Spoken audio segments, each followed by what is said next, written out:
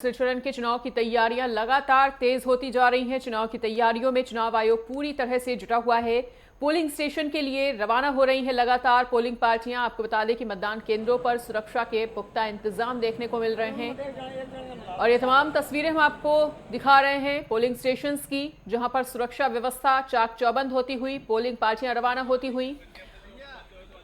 और कल जैसा कि 26 अप्रैल को दूसरे चरण का मतदान होना है। 13 राज्यों की 88 सीटों पर यह मतदान होगा और मतदान केंद्रों पर सुरक्षा के पुख्ता इंतजाम किए गए हैं। तो 13 राज्यों की 88 सीटों पर कल मतदान होने जा रहा है। यूपी की भी 8 सीटों पर कल मतदान होना है, जिसको लेकर सीएम योगी आदित्यनाथ लगातार चुनावी प्रचार में जुटे हुए नजर आए और कल चुनावी प्रचार का शोर थम चुका था दूसरे चरण के लिए। और ऐसे में 26 अप्रैल को जैसा कि कल दूसरे चरण का मतदान होना है, ऐसे में तमाम पोलिंग स्टेशंस पर सुरक्षा व्यवस्था पुख्ता होती हुई प्रशासनिक टीम वहां पर मौजूद है। तमाम पोलिंग स्टेशंस पर कड़ी सुरक्षा और पुलिस प्रशासन की कड़ी निगरानी के बीच मतदान संपन्न होगा। वोटिंग परसेंटेज को बढ़ाने के लिए भी लगातार चुनाव आयोग द्वारा जागरूकता अभियान चलाया जा रहा है। तमाम सियासी पार्टियां लोगों को वोट अपील करने के लिए जागरूक कर रही हैं और कल दूसरे चरण का मतदान होगा।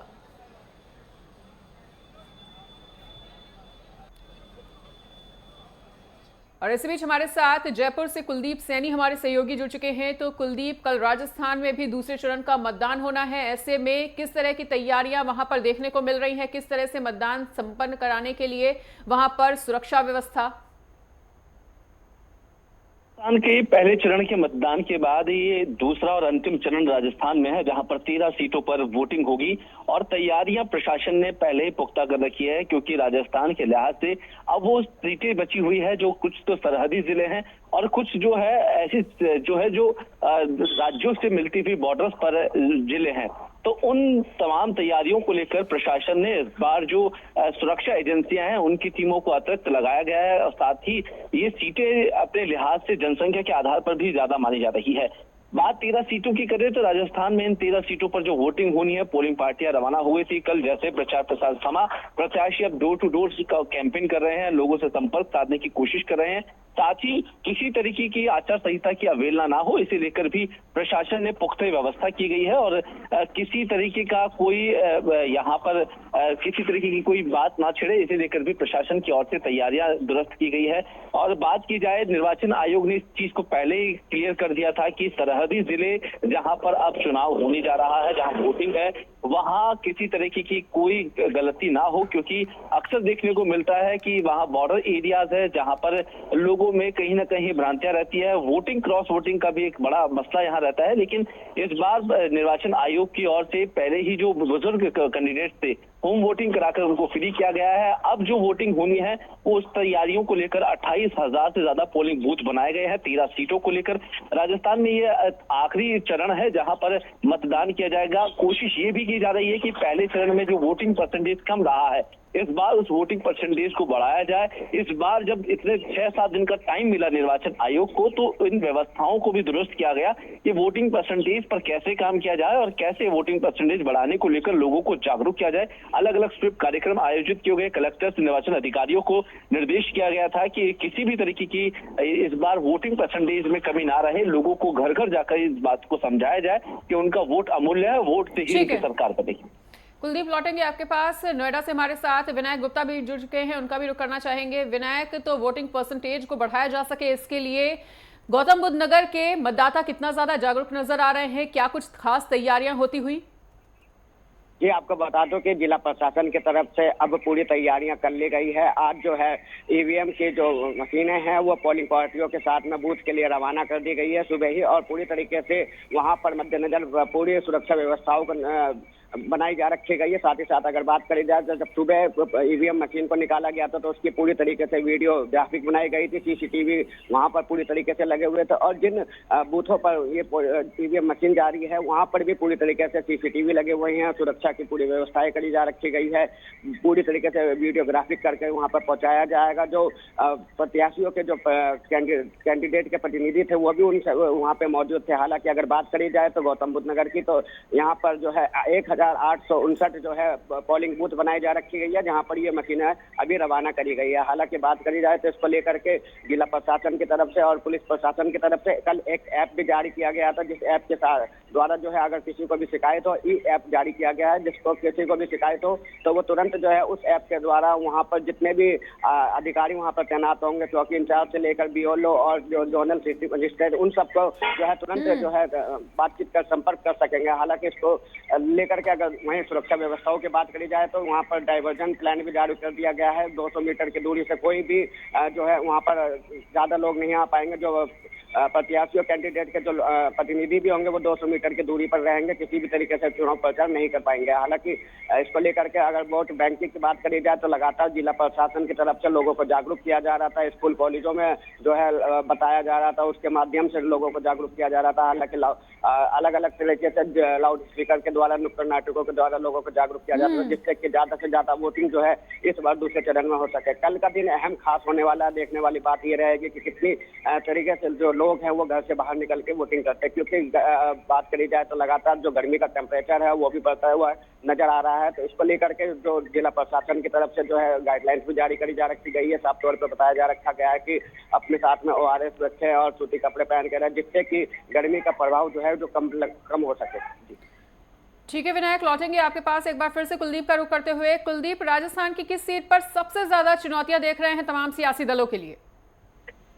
देखिए, राजस्थान के लिहाज से अब वो सीटें बची है जहां पर प्रधानमंत्री नरेंद्र मोदी ने खुद दौरे किए। राजस्थान में कई स्टार प्रचारक आए, खुद यहाँ पर लोकसभा प्रत्याशी कल कंगना रनौत ने तमाम सीटों पर कोशिश की थी कि यहाँ पर वोट साधने की कोशिश करें। यूपी सीएम योगी आदित्यनाथ ने भी राजपूतों को साधने के लिए ये तमाम कोशिशें की गई थी कि जोधपुर, जैसलमेर और चित्तौड़गढ़, राजसमंद में तमाम जो राजपूत बेल्ट है उनको साधने की कोशिश की गई है।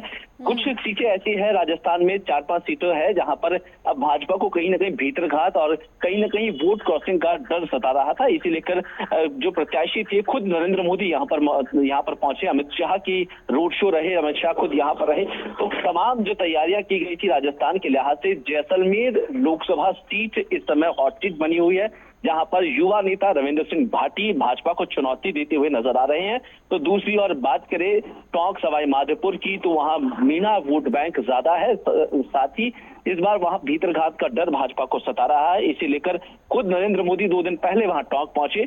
इसके साथ ही जोधपुर सीट, जो केंद्रीय जल शक्ति मंत्री गजेंद्र सिंह शेखावत की संसदीय सीट है, वहां पर भी कहीं ना कहीं अब भाजपा को डर सता रहा है, क्योंकि विकास कार्यों को लेकर उन्हीं के कार्यकर्ता और उन्हीं के जो राजपूत बेल्ट है वो उनसे नाराज चल रहा है।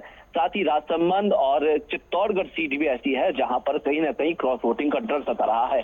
बात बांसवाड़ा और डूंगरपुर की करें तो वहां पर भी जो कांग्रेस को समर्थन मिला है, निर्दलीय प्रत्याशी के तौर पर राजकुमार रौत वहां खड़े हुए, तो उनको भी एक तरह से माना जा रहा है कि भाजपा के कहीं ना कहीं वोट काटे जा सकते हैं। फिलहाल 13 सीटों में से 5 सीटें ऐसी है जहां पर भारतीय जनता पार्टी को ज्यादा मशक्कत करनी पड़ी। कई 17 केंद्रीय मंत्रियों से ज्यादा यहाँ पर लोग पहुंचे, खुद प्रधानमंत्री मोदी और अमित शाह के दौरे रहे।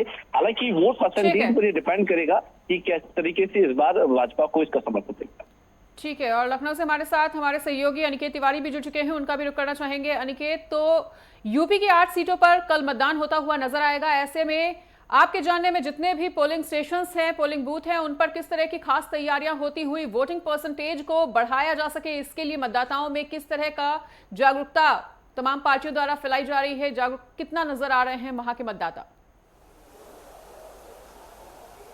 देखिए मनीषा, अगर बात की जाए निर्वाचन आयोग की, तो साफ तौर पर निर्वाचन आयोग का ये प्रयास है कि इस बार का जो मतदान प्रतिशत है वो ज़्यादा से ज़्यादा हो। हालांकि अगर बात की जाए लोकसभा के चुनावों में, तो कल दूसरे चरण का मतदान होगा और यूपी की 8 सीटों पर कल जो मतदान होना है उन सीटों की अगर हम बात कर लें मनीषा, तो बागपत है, मेरठ है, अमरोहा है, अलीगढ़ है, मथुरा है,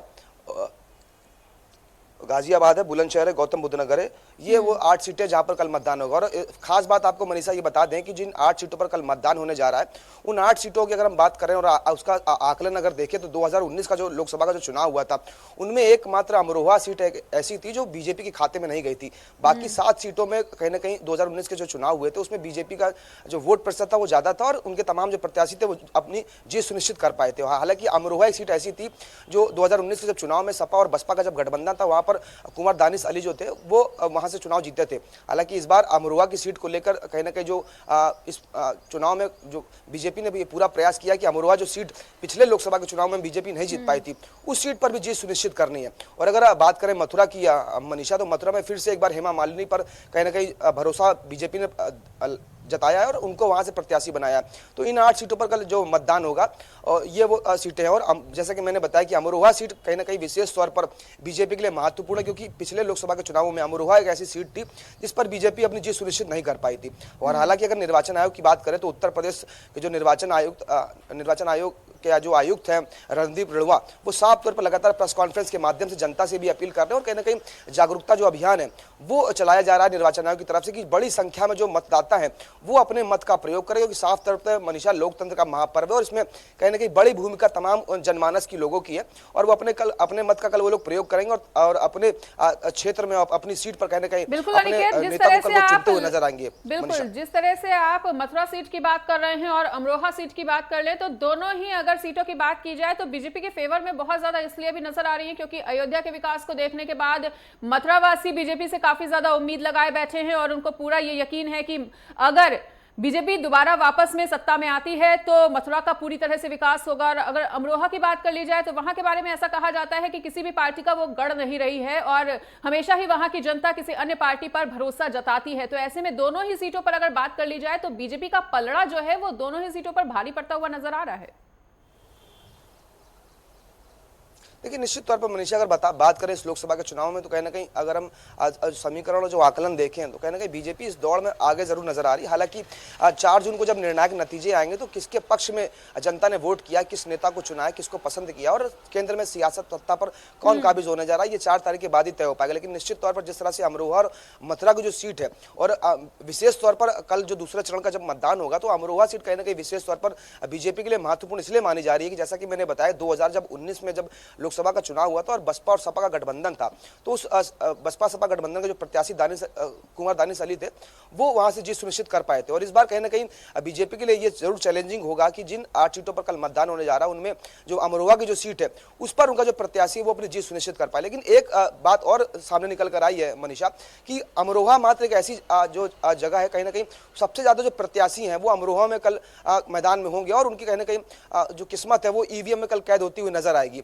तो अगर हम बात करें तो 4 प्रत्याशी ऐसे हैं जो दलीय हैं, बाकी जो अन्य प्रत्याशी हैं 6 निर्दलीय प्रत्याशी वहां पर मैदान में है। तो कुल मिलाकर 12 प्रत्याशी अमरोहा में मैदान में कल उतरेंगे और तमाम जो मतदाता हैं वो अपने मत का प्रयोग करके तमाम जो ये 12 प्रत्याशी हैं उनकी किस्मत कहने के ईवीएम में कैद होती हुई नजर आएगी। हालांकि वहां से जीत कौन सुनिश्चित कर पाएगा ये खैर निर्णायक जब नतीजे आएंगे 4 जून को तभी तय हो पाएगा। लेकिन जैसा कि मैंने बताया कि 8 सीटों पर जब कल मतदान होने जा रहा है उन 8 सीटों में अमरोहा सीट कहने के विशेष तौर पर बीजेपी के लिए महत्वपूर्ण मानी जा रही है। मनीषा, बिल्कुल अनिकेत, लौटेंगे आपके पास और एक बार फिर से विनायक का रुख करते हुए, विनायक अगर नोएडा की बात कर ली जाए, ग्रेटर नोएडा की बात कर ली जाए तो यहाँ की जनता को भी बीजेपी से काफी ज्यादा उम्मीदें हैं और बीजेपी काफी ज्यादा यहाँ पर मजबूत स्थिति में इसलिए भी नजर आ रही है क्योंकि बीते कुछ सालों में नोएडा और ग्रेटर नोएडा में गौतम बुद्ध नगर में जितना विकास हुआ है उसको देखते हुए वहां की जनता पूरी तरह से सरकार से काफी ज्यादा आस लगाए हुए बैठी हुई है और उनका ये मानना है कि अगर फिर से बीजेपी सत्ता में वापस आती है तो यहाँ का विकास और भी ज्यादा होगा और देखने लायक होगा।